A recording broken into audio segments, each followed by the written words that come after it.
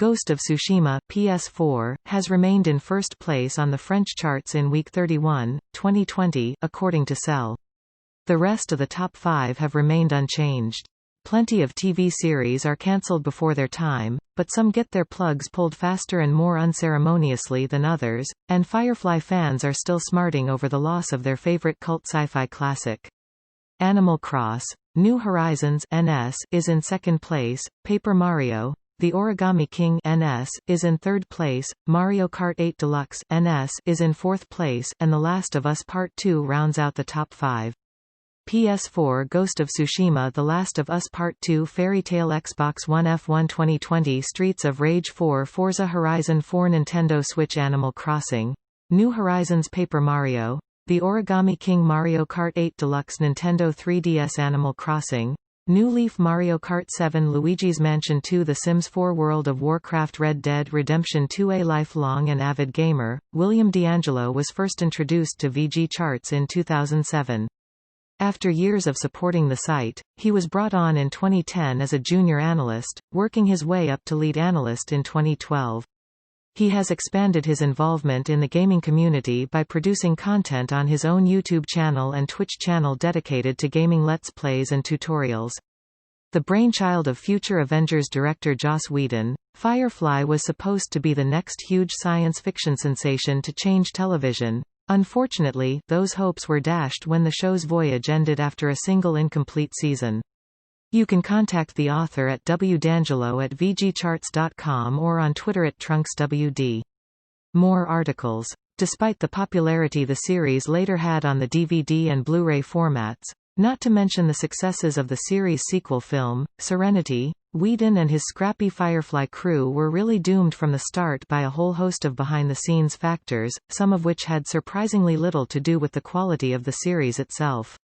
Join us as we aim to misbehave by looking back at the real reasons why Firefly got canned.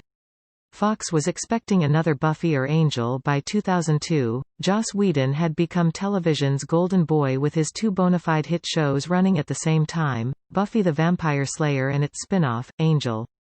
Unfortunately, Whedon's third show, which unified outer space trading, smuggling and the Wild West, didn't particularly resonate with viewers on Fox or the bigwigs running the company.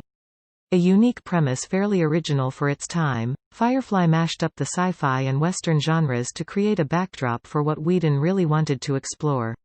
According to Whedon on the show's DVD commentary, Firefly is about 9 people looking into the blackness of space and seeing 9 different things. Unfortunately, Fox was the channel to first air the show, which has an iffy at best track record when it comes to its programming. Fans of Family Guy, Keen Eddie, Undeclared, Terminator, The Sarah Connor Chronicles and at least a dozen other shows can attest. Despite being on Fox, Firefly had a couple things going for it. Critical praise. Critics loved the show, for the most part. No matter how well loved, every show has its detractors, and Firefly was no different. Some critics found the sci-fi and Western mix forced and redundant. The show even went on to win numerous awards, including an Emmy and 2 Saturns, not long after cancellation. Along with its critical praise, the show attracted a solid following. A loyal fanbase, but not large enough like Buffy and Angel before it, Firefly developed a strong, dedicated fanbase. While there's no official tally as to how many browncoats exist, it's a pretty large number, and it probably continues to grow. Unfortunately, the fan base wasn't large enough to halt cancellation, despite a concerted attempt to get the show picked up by another network and other series-saving tactics, according to Blaster. Still, this great show's abrupt ending should come as no surprise, considering what happened before the show even began production. Almost cancelled before it began in true executive producer fashion, the higher-ups at Fox almost ruined the show before production even began. According to Business Insider, Fox's bigwigs had a problem with second-in-command Zoe Gina Torres and pilot Wash Alan Tudyk being happily married characters. Fox told Whedon to nix their marriage, or they'd nix the deal. Sticking to his guns, Whedon told them, also revealed in Firefly's DVD commentary, then don't pick up the show, because in my show, these people are married. Ultimately, the execs weren't as tenacious as Reavers, and the show eventually made it to the airwaves, but that didn't mean the troubles ended. Airing on Friday nights, Firefly was scheduled for Friday nights, during the infamous death slot. Airing Friday nights doesn't predestine shows for cancellation, unless that show airs on Fox. At over 30 television series, Fox has cancelled more Friday night programs than any other network. Firefly had a death sentence right out of the gate. The episodes aired out of order when Whedon conceived Firefly. He conceived it as an episodic yet continuous story divided into hour-long chunks. This means the episodes needed to air in a specific order to make sense to viewers. Somehow, this nugget of info went over Fox execs' heads, and each chapter of Firefly aired out of order on Fox. The pilot, which introduces the characters and plot of the entire venture, didn't air until the end of the show's run, making it more mixed up than the inside of River Tam's head. Maybe Fox's programming was going for something avant-garde, but it didn't sit too well with viewers.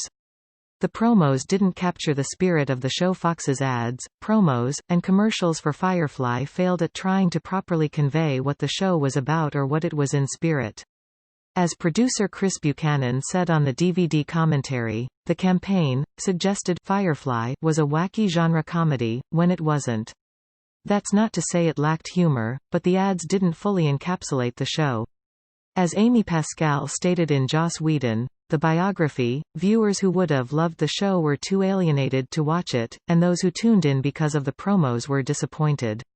Low ratings with everything going against it, Firefly having abysmal ratings is unsurprising. On average, it attracted about 4.7 million viewers. While that's a huge number in and of itself, it's puny by network television standards. According to E! Online, Firefly finished at 98th place in the Nielsen ratings. The show itself was excellent, but Fox only cared about numbers. Fox only gave it one season. When Fox greenlit Firefly, they only gave it one season to make its mark on the masses. Most shows develop a buzz with the first season, which in turn attracts the much larger audience for the second season. For comparison, Game of Thrones only had an average of 2.5 million viewers per episode its first season, and didn't make significant jumps until the following 4 seasons. It's as though they knew it wasn't going to last. We wonder what gave them that impression.